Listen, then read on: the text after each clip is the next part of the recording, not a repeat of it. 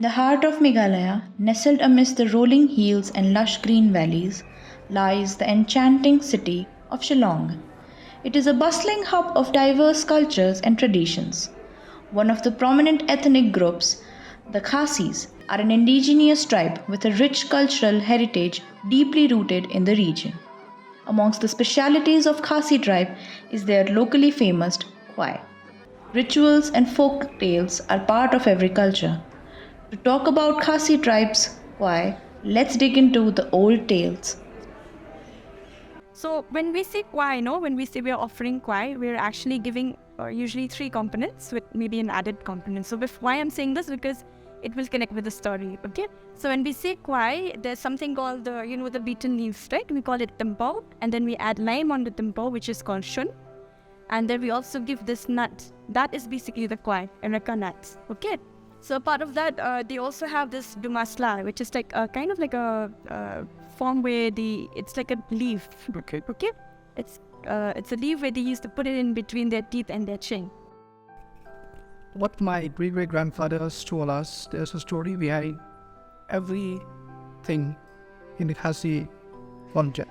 Like you have a brief about Kwai. There's a story behind Kwai also. I'll just give you a short story of how Kwai came into being Kwai.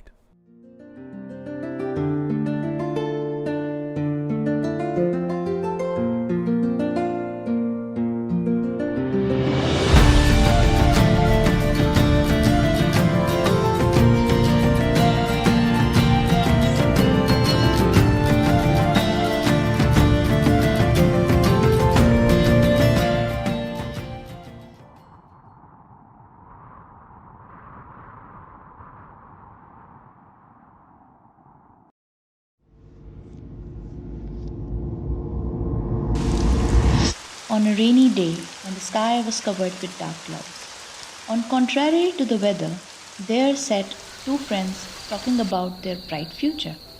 In a small village, the two friends embarked on a journey down a dusty road. After the dark sky settled, the sky casted a warm glow upon their faces as they walked side by side. They reached a junction where their paths diverged.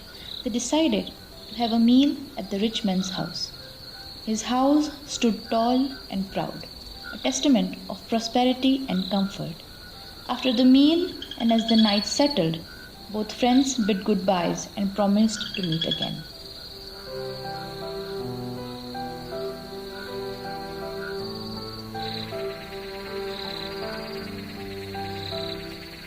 As the poor man reached his abode, he couldn't stop his excitement to tell his wife about his best friend.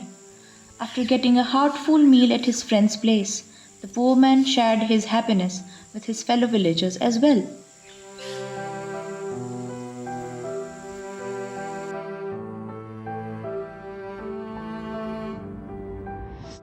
As the days passed, poor man's wife stumbled upon hearing hurtful gossip about his husband's friendship. The very next day, poor man's wife expressed her sentiments to his husband about the villagers' gossip. Hearing his wife's sentiment, the poor man couldn't stop himself from inviting his friend to his place.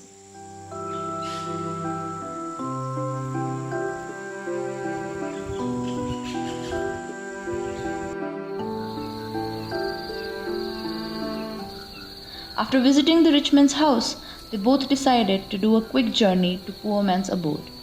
They both reached after one night's journey when the morning sun shone bright over the small village. She called Shing and she said, "See, we're running all this food. We don't really have anything to offer him."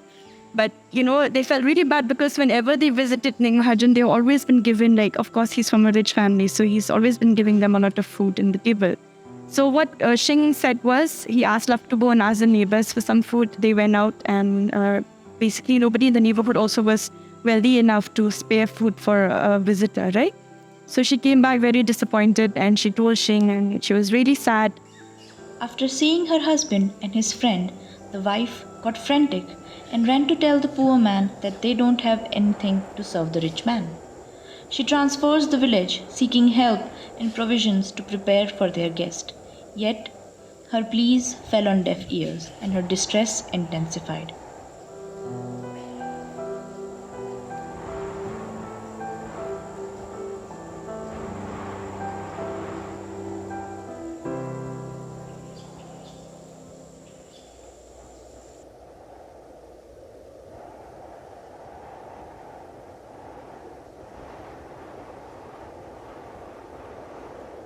So what they do, the wife, she just put a boil of water in the pot and heat it in the fire.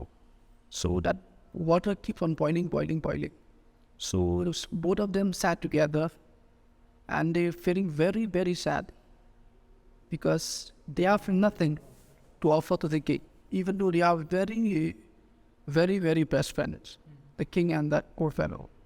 So what they have decided is that they'll take their own life.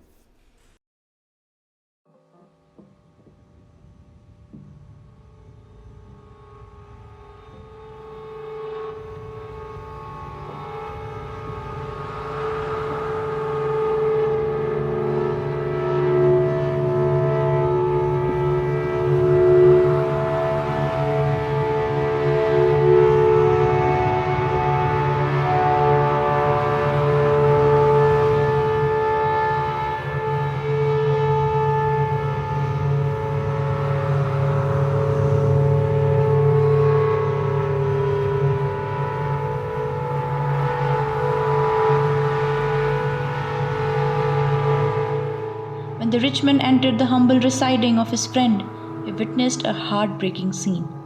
On seeing his friend's lifeless body hung from the ceiling with his wife, grief took over the rich man's heart and he felt the pang of guilt and decided to take his own life.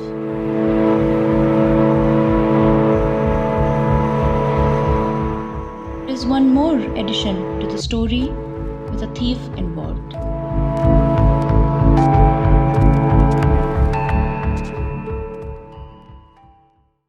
Really a sad story, but it's a folk tale, no? So now they see that the tempo that I said, no, in the start, the beetle, the leaf, right? Ambiti leaf. So the leaf is basically it's shing, the chun is luck, the name. The Kwai is Nick Mahajan, the rich man, and the thing that they keep the component that they keep hearing between the lips, that is the thief. Okay. So this actually is like the story basically, even though it's a very sad ending, but it just shows us that as the Khasi, the community, whenever people come, even if we don't have anything, we offer Kwai. Okay, it's just a gesture of hospitality, of welcoming friends. So I feel it's really a symbol of friendship. The lesson imparted from this tale makes the Kwai a symbol to demolish the futility of societal divisions. The unique combination of the ingredients, betel leaf, areca nut, and tuna, became the iconic Kwai.